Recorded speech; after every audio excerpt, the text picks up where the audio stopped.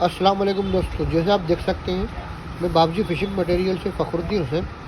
आप देख सकते हैं हमारे स्टोर पे सीसर मेगा कूडा right hand bait casting kit available हो चुकी है। आप इसकी कॉन्फ़िगरेशन देखेंगे तो आपको देखेगा 11+1 बॉल बेरिंग है। 15 किलो का ड्रैग मिल रहा है इसके अंदर, बहुत ही ज़बरदस्त।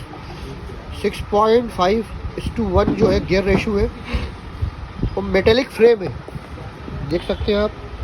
मेटेलिक फ्रेम है और डीप स्पूल है।